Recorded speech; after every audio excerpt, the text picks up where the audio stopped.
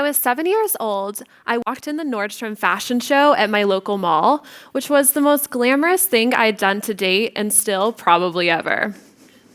Yes, girl, work it. I also wore that outfit for about 2 months after the fact because it was my favorite outfit ever. Now, all the kids were asked the same question when they got to the end of the runway. What do you want to be when you grow up? And I had watched all the other kids go, and they all said they wanted to be a movie star or a pop star or some version of a star. So I got to the end of the runway, and I proudly said, I want to be a marine biologist, which basically made the other kids' eyes pop out of their heads, which was also probably the reason that I said it.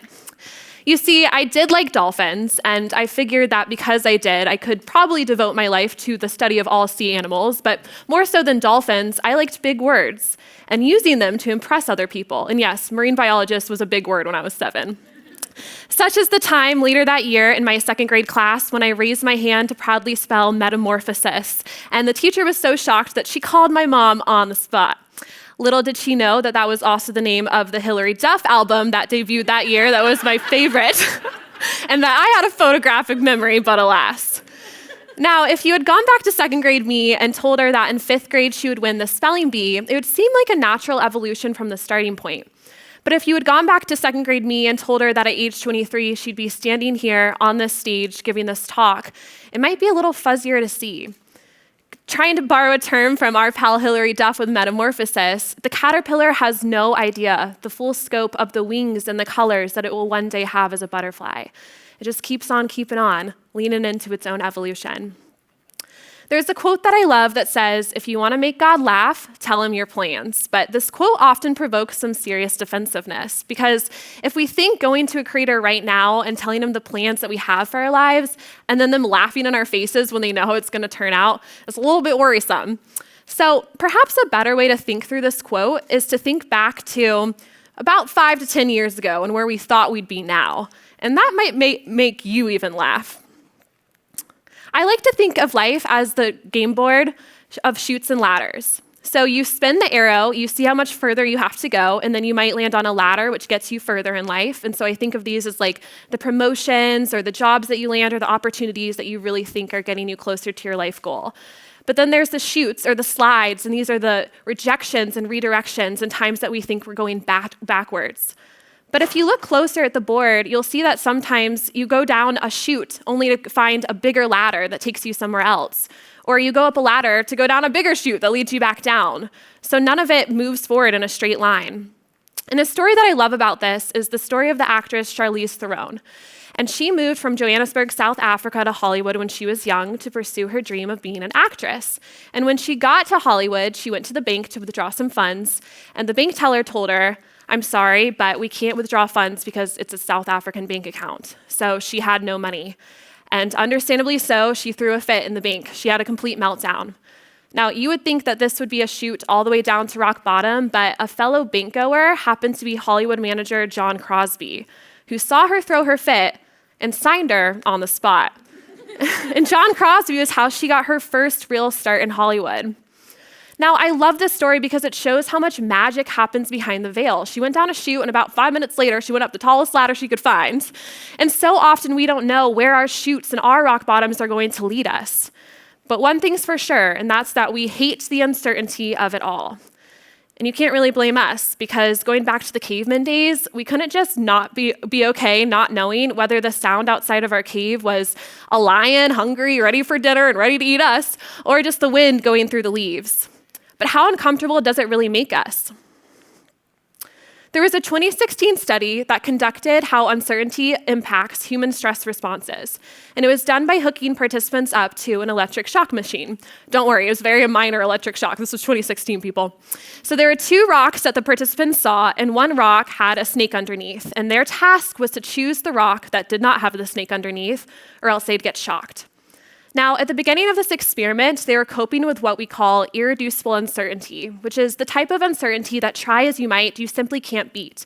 You can't research or rationalize or reason your way out of it. It's as crazy and as random as going all in on number 17 on the roulette table in Vegas, which I don't recommend. And accordingly, they were the most stressed at this time, and the stress was impacted by two factors. The first of which was cortisol levels in the saliva, because cortisol is your body's built-in stress response system. And the second was the diameter of their pupils, because when you perceive danger, your pupils widen. So at the beginning of the experiment, when they didn't know when the snake would be under which rock, and when they were getting shocked, their cortisol levels were super high, their pupils were super wide, and they were stressed out. But as the experiment went on, a pattern started to emerge in when the snake would be under which rock. And the more they caught on to the pattern, the more they felt some control. They were avoiding the shock and they started to feel okay. So cortisol levels went down and pupil size returned to normal. Now, this tells us something we already know. We feel so much better when we feel in control. But when it comes to our lives, there's a lot of irreducible uncertainty or just uncertainty in general. So how do we cope with that? Well, we make plans, and I've made plenty of plans of my own, and I'm not saying it's a terrible way to live, but for the purposes of my talk today, I'd like to make a case against plans. Because if we make plans to escape the discomfort of uncertainty, we have to make plans that are certain. But oftentimes, the dreams that we have for our lives are in no way certain. We want to get into that school that has a 5% acceptance rate. We want to win a Grammy. We want to win the World Cup. And these things we cannot be certain will happen. Taylor Swift recently did an interview with CBS Sunday Morning, and she was asked where she sees herself in 20 to 30 years. And I thought of all people, Taylor Swift would probably have this figured out. But she said if she looks this far, she goes into what she calls a panic spiral. So instead, she only looks about 6 months ahead, and that's only because she has to plan shows. And I really like this perspective because I think we all feel the need to zoom out, to know how everything ends up, to know what the next 20 to 30 years of our lives look like. But if we look back at our lives and everything that has happened to date, the greatest things that have happened are the things that are so serendipitous, the happy accidents, the people we never expected to meet, the opportunities we never expected to have. We can't plan our way into them. We don't even see when they're coming. So what I think we should instead do is ditch the plan and live into the answers. And to do this, we have to adopt a perspective of trust. We have to trust that our lives can turn out even better than any plan that we can come up with in our own heads. But I want to make something really clear before we dive in, and that's that when I tell you to ditch the plan and live into the answers, I'm not at all telling you to say cowbunga dude and sit back on your couch because you're not going to take care of the plan anymore. You still have to show up and show up fully without knowing what tomorrow looks like. That's one of my favorite quotes. And so to do this, we're going to do the 3 F's, which I came up with. So the first of which is frequency. And frequency is like your energy or your vibe, and we all know what this feels like, even if we don't really know how to verbalize it. And the best way that I can try to verbalize it is by saying, like, we've all had bad days, right? Show of hands. Yeah, it happens. I'm so sorry about that. Well, sometimes the day starts out because of something you can't control, like your alarm doesn't go off on time, so you missed your math final, and then you can't find your other sock, so you're really late, and so you're walking around in a huff and a puff, and so you're picking fights with everybody. Well, at a certain point, that bad day wasn't happening to you anymore. You were creating the bad day because of the frequency that you were showing up with. Now, there's a book called Sync by applied mathematics professor from Cornell, Stephen Strogatz, and the book analyzes how order emerges from chaos in the universe. And he talks about a really interesting theory called the resonance theory of consciousness, which is a big term, so we're going to break it down. Essentially, it says that each human has a consciousness that emits a certain frequency, and that frequency then has to find resonance in its immediate environment, in every environment that it enters.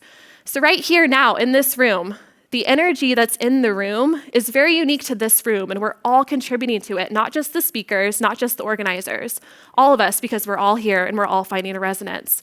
And this can come up in really cool ways in science. Fireflies, when they're all together, they all start to light up at exactly the same speed because of the resonance theory of consciousness, and not at all because of something they do on their own. It's actually impossible for them all to link up the same speed. Women, when they all live together or spend a lot of time together, have menstrual cycles that sync up. And traffic jams can happen without any markable cause or accident. Everyone just decides to slow down. So if we know this, how can we apply this to our lives to live into the answers that we most want? Well, simply put, we can increase our frequencies. I found for me, to get myself in a good mood, I watched some funny videos on TikTok, and I got really optimistic, and I get in my gratitude. And you can take that frequency into things that you most need to go well. Things like a TED Talk, things like interviews or networking events where you really want to influence the overall resonance of the frequencies. Then the second F is focus, and I think we've all seen this video where everyone's passing around the basketball and you have to count the number of times the ball is passed. And I was shown this in school, and I'm very competitive, so I was really focusing on the number of times the ball was passed because I want to make sure I got it right. But in the midst of it all, you completely miss the gorilla walking in the background. And this is because of the theory of selective attention, or an attentional filter, which essentially says you only see what you're mentally focusing on. So that's why if all of a sudden you want a gray poodle, even if you've never seen one out on the street before, you see them everywhere. And the brain has to do this because the brain actually only processes 120 bits of information per minute, but tens of thousands of bits of information are being thrown at it. So it's only going to focus on what will resonate with it. So there's a common trope in movies and TV shows and books that there's a college student who's thought their entire lives that they're going to be a doctor, and now it's time to make a decision. But they've also always had that calling on their heart to be something like a chef. But they're focusing on the plan because they've had the plan all along, and so because that plan is taking up so much mental real estate, they only see things in their environment that resonate with that plan. So think of the cream and sugar counter at Starbucks and that big billboard. They could literally not see an opportunity to be an intern at the city's hottest new restaurant as a chef because MCAT registration was right in front of them, and that's what they were focusing on. So how can we change our futures with focus? Focus on what you want, even if it's not certain. I think we get so scared that if we think a lot about what it is that we want and it only has a little bit of a chance of happening, then we're going to get attached. And as a result, we're going to be that much sadder when it doesn't happen. But how is it going to happen if you don't see the opportunities to make it happen in your direct environment? You have control over that. And the third and final F is feeling or intuition. And we all have intuition, even if you don't think you do. You don't have to be a psychic to have it. And we all have different relationships with our intuition that can be built over time. But for the purposes of this F, I'd like to share a story that happened in my own life, and that's the story of my best friend's graduation from college. So I was supposed to fly back because she graduated a semester after me to Rhode Island to be there, and I had every intent on doing so. And then I was invited to do a speaking engagement in LA on the same day. And I had originally said, no, I'm sorry, I can't go. I have to be at my best friend's graduation. But after I sent that email, it felt like every nerve ending in my body was telling me, no, you need to go to this speaking engagement. And I had no idea why. I didn't know if it was like an ego thing because it was sponsored by Sephora, so like that sounded cool, but I gave it a few hours and I was like, no, this is definitely a gut feeling. So I call my best friend and I say, Rach, I'm so sorry. I feel like I have to go to this event. I don't know why. And thankfully, she's my best friend in the world and she understood. She said it was okay. So I promised I'd be there the next day and I booked my ticket to LA. And I go to this event and I give a talk on personal branding. And part of my own personal brand is that I wear false lashes every day. It's something that I love. And in the audience happened to be a lash manufacturer who approached me after the talk and asked me if I'd like to start my own line of lashes through their company. And what you guys don't know is that starting my own line of lashes was a dream of mine for about 4 years, and I had never been able to figure out how to do it. I had looked up manufacturers, I tried to figure out how I was going to invest in it, how I was going to make any of it happen, and I could never figure it out. And then here, standing in front of me, was the answer to all of my prayers, all because I had leaned into my intuition. But I want to note something here, and that's that I had kept my frequency high, and I still had focused on what I'd wanted for my life, so it really was all the 3 Fs together. On a closing note, my favorite show is called How I Met Your Mother. Maybe some of you guys have heard of it. And my favorite character's name is Marshall Erickson. And he grew up in Minnesota. And during the summers, his family would drive to the Upper Peninsula, and they'd get there really late at night. So he has this distinct memory of watching his dad drive, and there was no lights on the street. So he only had a few meters of headlights in front of him to guide the way. And he remembers saying that he felt like his dad was some type of superhero that he could see in the dark.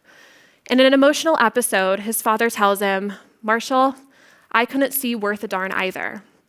I just kept driving forward, hoping for the best. The truth is, we all only have a few meters of headlights in front of us. We have no idea what the darkness out there holds, but we do have an influence over what it does. If we increase our frequency, hone our focus, and lean into our feelings, we'll find that ditching the plan and living into the answers is truly the only way that we can live. Thank you.